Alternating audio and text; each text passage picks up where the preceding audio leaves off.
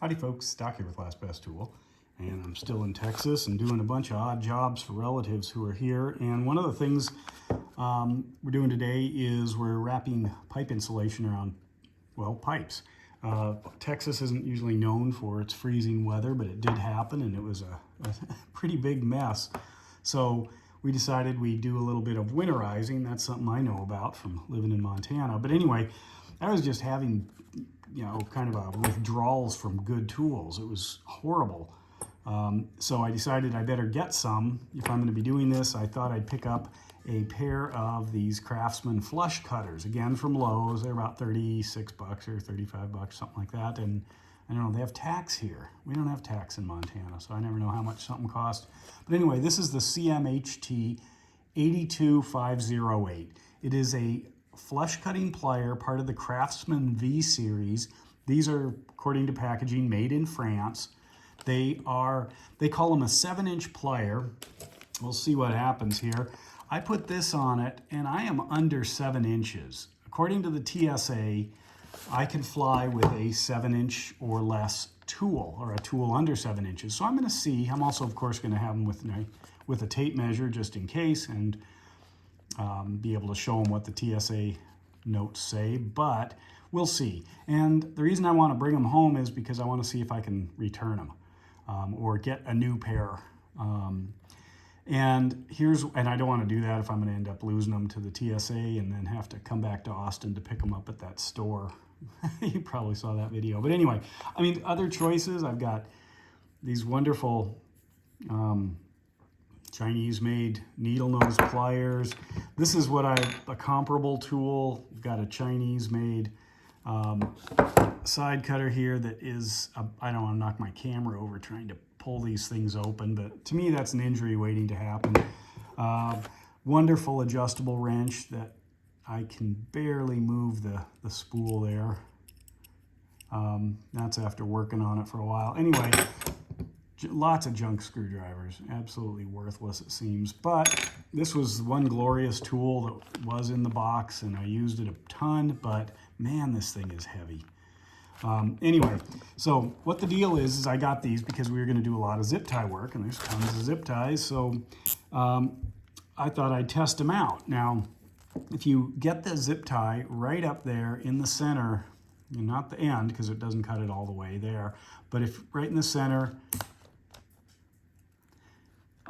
it's better than side cutters by a lot. It's not as good as either the Snap-on or the Icons, but it's probably good enough for what we're doing. It's not going to cut you very deep. And I was playing around with them, as I do. Keep that. Not quite as good a cut. However, there's a problem with them. Come on, Craftsman. If you look at when this closes, see that tip there? Here, it might help if I light the table here. Look at that closure. You see that? I am squeezing hard.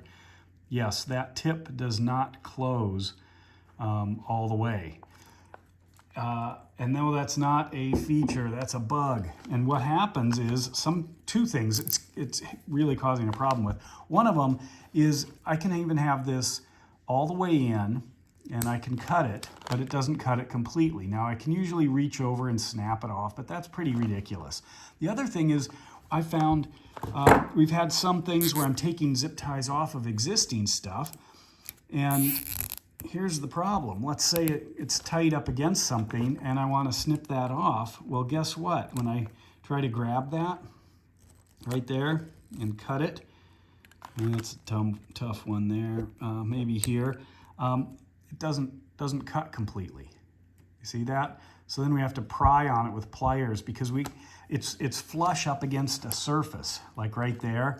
So you can stick the pliers all the way on, trying it, and cut it. That one I'd go a little deep. There's a bit of a bow, but if it's straight across or pulled tight, it won't cut it all the way. So I was struggling with that, thinking, come on. And that's when I looked close and realized, no, it doesn't work that well there. On the far end, if you go all the way to the deep end here and wedge it in there, that's kind of what you expect. But you don't expect it. When you even go further, you can see that this is all the way inside the blades here. Some of these are brittle enough that they're just shattering. These are hyper tough, older ones I've had. But anyway, as I slide that in, and try that one, I don't know if I got it all on a real one here, and cut, it doesn't complete it.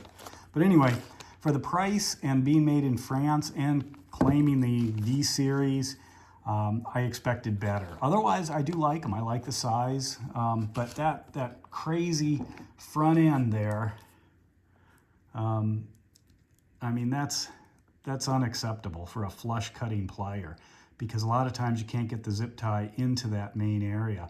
What I'm probably going to do is, if I can make it home, I'll head to Lowe's and see if I can bring up a card or something, white card, to see if I can find a good pair, because that for the price is unacceptable.